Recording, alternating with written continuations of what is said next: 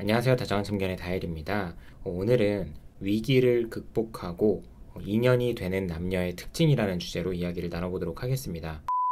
아무리 사랑하고 좋아하는 관계라고 할지라도 어떤 형태로든 관계 속에서 위기가 찾아올 수 있습니다. 우리는 너무 잘 맞아서 남들과는 다르게 정말 특별하게 연애를 잘 이어가고 사랑을 평생 잘 나눌 수 있을 것 같다 라고 하는 경우라고 할지라도 결국에는 크고 작은 위기가 찾아오기 마련이고, 그럴 때 우리의 관계가 얼마나 깊은 신뢰가 있는 관계인지, 그리고 서로에 대해서 얼마나 많이 잘 알고 있고 서로를 위해서 얼마나 많은 노력을 하려고 했는지에 따라서 이러한 위기를 쉽게 극복을 하기도 하고 반대로 쉽게 무너져 내리기도 합니다. 오늘은 제가 한 가지의 핵심 내용만 전달을 해보려고 하는데요. 요즘 시대에서는 사람들이 살아가면서 가장 크게 문제가 되고 우울감에 빠지고 자존감이 떨어지는 그러한 가장 큰 요소 중에 하나가 바로 남들과 비교하는 거잖아요. 실제로 연인관계 속에서도 비교를 통해서 관계가 완전히 무너져 내리는 경우들이 굉장히 많은데요. 내 남자친구와 내 친구의 남친을 비교를 한다거나,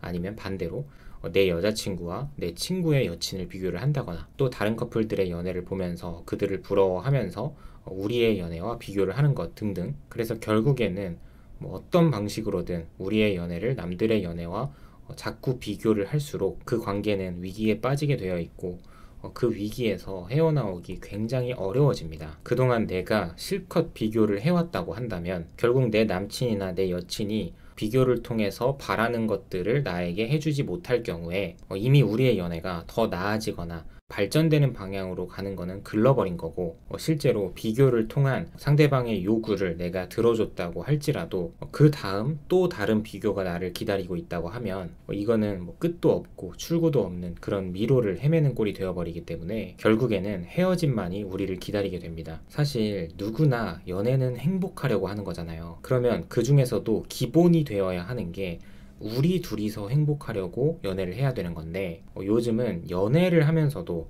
남들을 많이 의식하고 남들의 연애와 비교를 하면서 굳이 자처해서 우리의 연애의 난이도를 최상 극악까지 몰아넣는 경우들이 정말 많은 것 같아요. 예로 내 친구 보람이는 남자친구랑 한 달에 2번씩은 꼭 호캉스를 간대. 내 친구 철수는 여자친구랑 일주일에 5번씩은 만난대. 그리고 또 내 애인은 이벤트 날 이런 것들을 해준다더라. 항상 말도 예쁘게 해주고 공감 능력도 좋고 정말 특별한 선물들도 많이 해준다더라. 이런 일들이 정말 비일비재한데, 여기서 중요한 건 막상 내가 부러워하던 그 커플들을 따라서 비슷한 어떤 행동을 한다고 해도 이상하게 나는 그만큼 행복해지지 않는다는 게 흠이에요. 왜 그럴까요?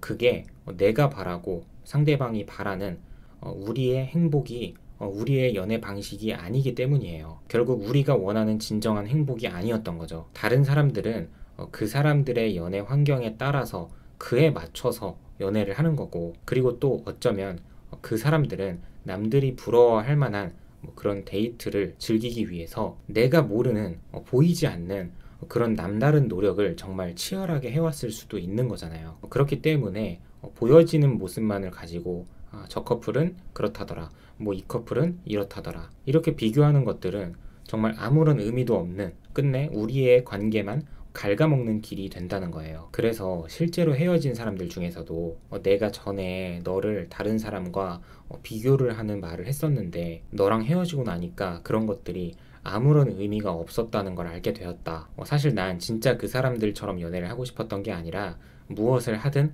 너랑 제대로 하고 싶었던 것 같다. 그런데 나의 표현이 너무 어리숙했던 것 같다. 뒤늦게 후회를 하면서 이런 식으로 말을 하는 사람들도 많다는 거예요. 그러면 결국에 우리는 어떻게 해야 될까요? 때때로 크고 작은 위기를 겪기도 하지만 그리 어렵지 않게 자연스럽게 그 위기를 잘 극복해 나가는 커플들도 있고, 이 중에서도 위기를 극복해 나갈 때마다 그 관계가 점점 더 끈끈해지고 애정도 커지는 그런 커플들의 연애 방식이 있는데요. 결국에는 우리 둘만의 연애 환경 안에서 우리만의 연애 스타일과 우리만의 연애 패턴을 형성을 해야 진짜 남부럽지 않은 연애를 이어갈 수 있습니다. 사람들은 하고 싶은 걸 곧바로 즉시 할 때보다 어느 정도 갈망하기도 하고 인내하기도 하고, 또 그 인내를 통해서 어떠한 보상값을 만들고 그걸 가지고 하고 싶은 거를 했을 때, 그런 상태가 되었을 때 가장 높은 만족감 그리고 가장 높은 행복감을 느껴요. 한 커플이 있어요.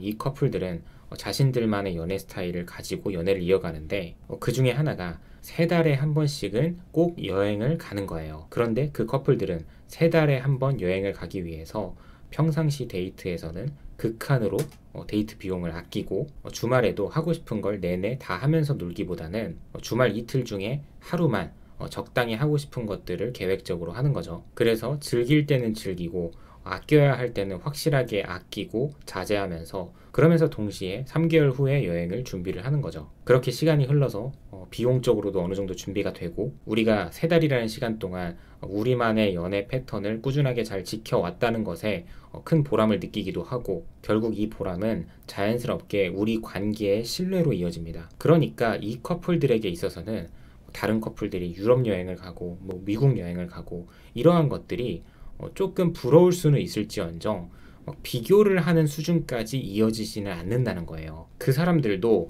깊이 들여다보면 그 사람들만의 어떠한 사정이 있었을 거고 어떠한 노력과 인내를 통해서 그렇게 여행을 갈 수 있었던 거구나 생각을 하기 때문에 오히려 그들의 팁과 요령을 배우려는 생각을 하게 되겠죠. 그리고 우리도 이번에 우리만의 연애 패턴을 가지고 굉장히 큰 행복을 경험을 했고 이런 식으로 관계를 이어간다면 다음에는 미국이든 유럽이든 우리도 충분히 갈 수 있고 그 안에서 굉장히 큰 행복을 누릴 수 있을 거라고 생각을 하기 때문에 오히려 더 건강하고 더 생산적인 긍정적인 이야기가 많이 오갈 수밖에 없다는 거예요. 그래서 그 안에서도 미국 가면 이런 곳에는 꼭 가봐야 된대. 정말 재밌대. 유럽에서도 특히 이 나라의 이 음식은 꼭 먹어봐야 한대. 평상시에도 이렇게 소소한 대화를 많이 즐기고 자주 나누면서 관계에서 심심하거나 우울할 틈이 없게끔 예쁜 연애를 잘 이어갈 수가 있다는 거죠. 그리고 서로 욕심이 조금 더 생길 경우에는 우리 다음 주 주말부터는 데이트할 때 조금만 더 절약을 해볼까? 결국에 이렇게 미래지향적이고 서로가 우리의 관계를 위해서 더 힘쓰고 노력할 수 있는 이런 언행들이 많이 오간다는 거예요. 그래서 진짜 남다르고 특별한 연애라는 건 단순히 서로 많이 사랑하고 성격이 잘 맞는 그런 연애가 아니라 앞서 말씀드렸던 내용처럼 우리의 연애 환경 안에서 우리가 얼마나 생산적이고 긍정적이게 우리의 연애 패턴을 잘 맞춰왔냐, 잘 쌓아왔냐, 서로가 우리의 연애를 위해서 얼마나 잘 절제하고 인내하고 능동적인 모습을 보였냐, 이에 따라서 특별하냐, 특별하지 않냐, 이게 갈리는 거라고 말씀을 드리고 싶어요. 그래서 이렇게 생산적인 모습으로 정말 너와 나 일반적인 연애가 아니라 우리만의 어떤 특별한 모습을 만들어 왔던 커플들이라고 한다면 미래를 위한 과정에서 어떠한 마찰이 생겨서 잠깐 크고 작은 위기가 올지라도 우리만의 생산적인 패턴을 만들어 놨기 때문에 그리 어렵지 않게 관계 회복을 할 수가 있고 그렇게 깊은 인연이 될 수 있다라고 말씀을 전해드리고 싶습니다. 네, 오늘도 영상 봐주셔서 감사하고요. 지금까지 다정한 참견의 다일이었습니다.